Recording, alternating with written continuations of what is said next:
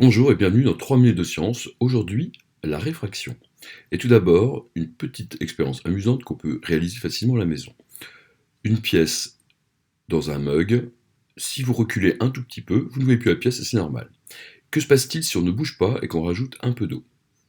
Eh bien, au fur et à mesure que le niveau dans la tasse monte, la pièce réapparaît. Est-ce que c'est magique? Eh bien non, ça s'appelle tout simplement la réfraction. Rappelons le vocabulaire. Nous avons ici deux milieux transparents, l'air et l'eau.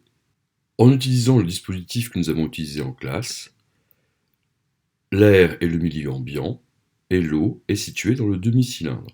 On dit que le milieu transparent numéro 1 est l'air, le milieu transparent numéro 2 est l'eau. Ils sont séparés par un plan de séparation et la perpendiculaire qui sert de repère d'origine des angles est appelée la normale. On fait arriver au centre un rayon lumineux qu'on appelle rayon incident. Une partie va traverser dans le milieu numéro 2 et on l'appelle le rayon réfracté. Une partie ne traverse pas, est appelée le rayon réfléchi. Ça, c'était le cours précédent. À présent, on s'intéresse aux angles. L'angle incident, on va le noter l'angle I1, il est dans le milieu 1, c'est-à-dire l'air. L'angle du rayon réfracté, on va l'appeler angle I2, qui sera dans le milieu 2, c'est-à-dire l'eau. On a aussi l'angle du rayon réfléchi qu'on va nommer angle R. Une petite constatation tout de suite, eh bien, ces deux angles sont égaux. L'angle du rayon incident est toujours égal à l'angle du rayon réfléchi. À présent, si on fait l'expérience, on va s'intéresser uniquement à l'angle incident et l'angle réfracté, donc on a nommé I1 et I2.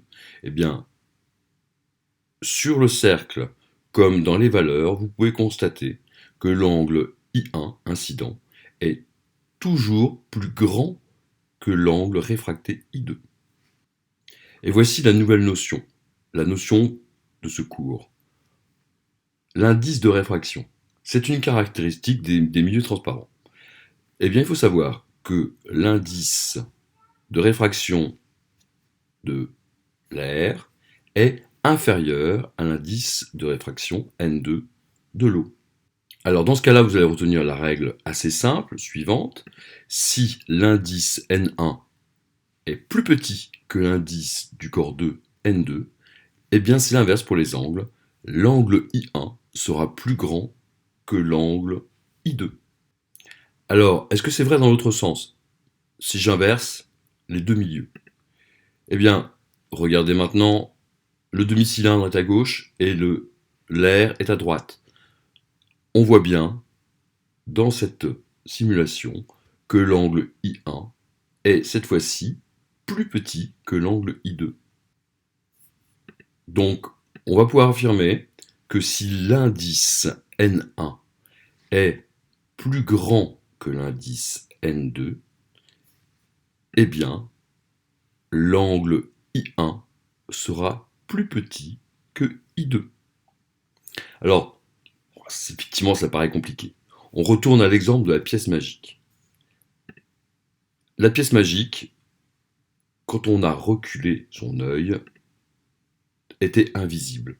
Invisible, pourquoi? Parce que, tout simplement, les rayons lumineux ne pouvaient pas atteindre l'œil, soit parce qu'ils frappaient le bord du mug, soit parce qu'ils passaient au-dessus. Si on s'intéresse juste à ce rayon lumineux qui normalement n'atteint pas l'œil, et que je remplis le mug avec de l'eau, eh bien ce rayon lumineux va subir une réfraction. Pourquoi? Parce qu'on a de l'eau comme milieu 1, de l'air comme milieu 2, le milieu 1 a pour indice N1 un indice plus grand que celui N2, donc on va avoir une déviation. On arrive selon un angle I1, et le rayon ressort sous un angle I2 qui est plus grand. Et donc maintenant, le rayon lumineux, issu d'une partie de la pièce, frappe l'œil. Ça veut dire tout simplement que l'œil peut voir la pièce. Exactement ce qui se passe ici. La lumière est déviée, et si bien que la pièce devient maintenant visible. Elle n'est pas exactement à cette place-là, mais on la voit. Voilà, c'était un peu long, c'était peut-être un peu compliqué, j'espère quand même que vous avez compris. Je vous remercie d'avoir suivi, et à bientôt pour d'autres cours. Merci, au revoir.